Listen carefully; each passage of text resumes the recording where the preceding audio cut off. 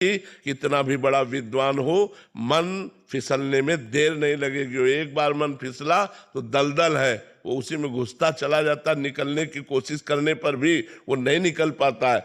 समर्थ भगवान जब निकाले तब निकल पाता नहीं, बहुत बड़ा दलदल है। इसलिए मन कहता है कि कोई तो होना चाहिए मेरा, नहीं, हम लोगों का नहीं कोई है। हम लोगों का सिर्फ भगवान है, उसी से बातचीत करो। सिर्फ प्रियालाल है, उन्हीं से बातचीत करो। किसी जनरल आदमी को अपने मन की बात ना बता दे ना। रहीमन मन की मन व्यथा रखिए मन में गोए, रहीमदास जी कहते हैं। अपने मन की व्यथा को मन में छुपा के रखो, केवल भगवान से प्रार्थना करो, क्योंकि ये लंबा जीवन है। किसी समय हमारे मन की व्यथा ऐसी ज्यादा प्रकट हो जाए कि हम कहीं भ्रष्ट हो जाए तो फिर क्या कराया, सब मिट्टी हो जाएगा। इसलिए ब्रह्मचर्य से रहो, बहुत एकांत किसी पुरुष से मिलने से बचो और नाम जप करो। पड़ी रहोगे तो भगवत प्राप्ति हो जाएगी। वृंदावन धाम है, धाम की कृपा से भगवत प्राप्ति हो जाए। मान लेना कोई साधारण बात है। जब हम पति को अपना पति मान लेते हैं तो हमारा सर्वस्व पति को समर्पित हो जाता है। जब हम गुरुदेव को वास्तविक अपना गुरुदेव मान लेते हैं तो हमारा सर्वस्व गुरुदेव को समर्पित हो जाता है। ऐसे ही अगर हमने प्रिया प्रीतम को अपना माना तो हमारा मन, हमारा प्राण, हमारी बुद्धि, हमारा चित्त उन्हीं का हो गया। देखो, गोपियों ने श्री कृष्ण को माना कि श्री कृष्ण मेरे हैं, ही में न जान परे कान है कि प्राण है। प्राण कृष्णाकार, मन कृष्णाकार, बुद्धि कृष्णाकार तब माना जाता है कि मैं श्री कृष्ण की हूं, मैं प्रियाजू की हूं। ऐसा नहीं है कि हमने वाणी से बोला मैं प्रिया प्रीतम की हूं और मनमानी आचरण और भजन नहीं और संसार के सारे संबंधों में मन बिखरा पड़ा है। इससे कुछ नहीं होगा, इससे कुछ नहीं होगा।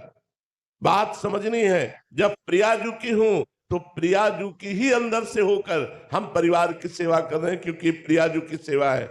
हम राष्ट्र की सेवा कर रहे हैं क्योंकि प्रियाजू की सेवा है। हम किसी भी मनुष्य की सेवा कर रहे हैं उसमें प्रियालाल को देखकर सेवा कर। प्रियालाल के सिवा हमारा कोई संबंध नहीं, हमारा कोई ममत्व नहीं, हमारी कोई आकांक्षा नहीं। तब माना जाएगा हमारे माई श्यामाजू को राज, तब माना जाएगा मैं प्रभु का प्रभु मेरे, मैं प्रियाजू की प्रियाजू मेरी। जब दूसरा कोई न हो और जब दूसरों न कोई तो हम बोले या न बोले हम प्रियालाल के ही हैं।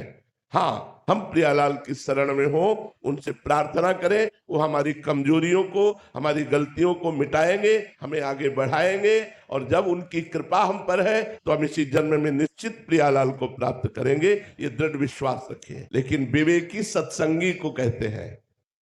विवेक जो होता है वो सत असत का निर्णय करने वाला होता है। बुद्धि तो बहुत है सबके, बहुत बुद्धिमान है, लेकिन अपने को गंदे आचरणों से रोक पाना, अपने को गंदी बातों से बचाकर भगवान के मार्ग में चलना, सत्य के मार्ग में चलना, धर्म के मार्ग में चलना, ये बहुत कठिन बात है।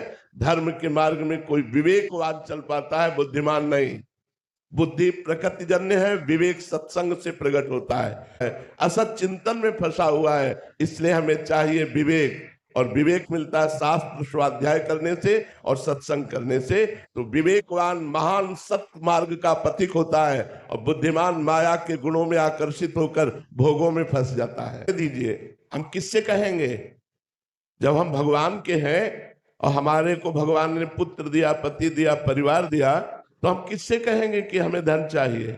हम किससे कहेंगे कि हमारी समस्याओं का समाधान चाहिए? भगवान सर्वशक्तिमान, सर्व ऐश्वर्यवान, सर्व ज्ञान में, सर्व वैराग्य में, सर्व प्रेम में है, तो हम अपने भगवान से ही मांगे। 4 प्रकार के भक्तों का गीता जी में वर्णन है।